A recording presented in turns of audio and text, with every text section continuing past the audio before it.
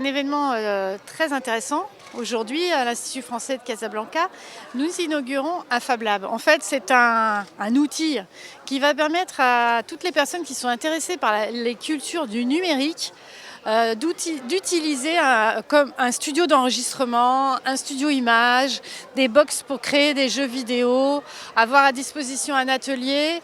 Et donc, c'est à la disposition de tout public, que ce soit des amateurs, que ce soit des professionnels, des étudiants ou des passionnés tout simplement.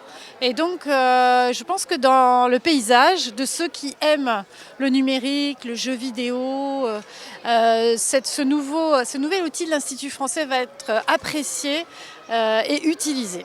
Alors, la relation entre le Maroc et la France, comme vous savez, elle est exceptionnelle parce que c'est une relation qui touche tous les domaines, de la politique à l'économie, en passant par, là on est dans un lieu culturel, ou l'éducation, et surtout ce qui la caractérise, c'est la densité des liens humains entre nos deux pays, du fait notamment de la présence de diaspora, d'une diaspora marocaine très importante en France, mais aussi d'une diaspora française au Maroc, qui fait que en fait, c'est un lien tissé très étroitement et qui résiste en fait à tous les aléas.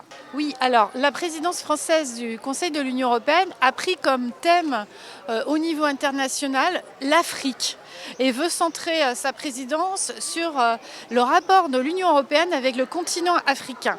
Il va y avoir un sommet entre l'UE et l'UA qui va se tenir à Bruxelles dans une quinzaine de jours, mais il y a d'autres événements. Dès le 10 janvier, il y avait un événement économique à Paris autour des relations économiques entre l'Afrique et l'Europe, et cet événement, le Maroc était à l'honneur puisque le ministre de l'Industrie, M. Mezour, était un de ceux qui ont procédé à la séance d'ouverture avec notre propre ministre du Commerce extérieur, M.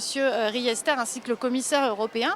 Donc voilà, beaucoup d'événements autour de l'Afrique, et à chaque fois, le Maroc est mis en valeur comme étant un pays à la fois très ancré dans son continent, le continent africain, mais comme ayant énormément de liens avec l'Union européenne et donc étant en mesure de faire le lien entre les deux continents.